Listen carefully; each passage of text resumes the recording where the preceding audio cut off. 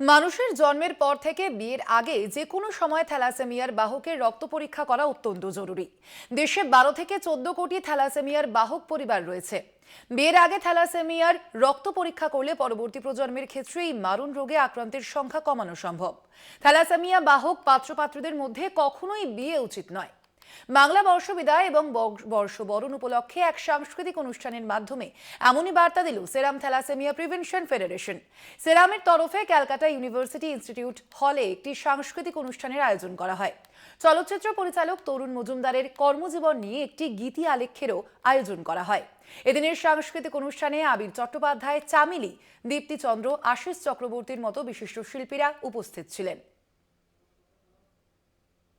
প্রতিদিনই প্রায় সপ্তাহে একদিন না একদিন বিভিন্ন কলেজ, বিভিন্ন ক্লাব অর্গানাইজেশনে যাচ্ছি থ্যালাসেমিয়া সচেতনতার বার্তা দিতে। বার্তা তো একটাই, জন্মানোর 1 বছর পর থেকে বিবাহের আগে একবার থ্যালাসেমিয়া বাহক রক্ত পরীক্ষা করান আর বাহকের সঙ্গে বাহকের বিবাহ না দেন।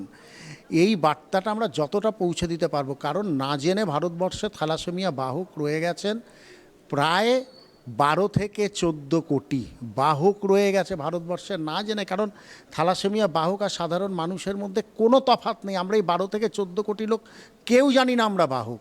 আর না জেনে যদি দুজন বাহকের মধ্যে বিয়ে হয়ে যায়, বিপদ পরের প্রজন্ম এই মারণ রোগটা নিয়ে আসবে। তাই যাতে দুজন বাহকের মধ্যে বিবাহ না হয়, আর তার জন্য দরকার তাদের বাহকটা জানা।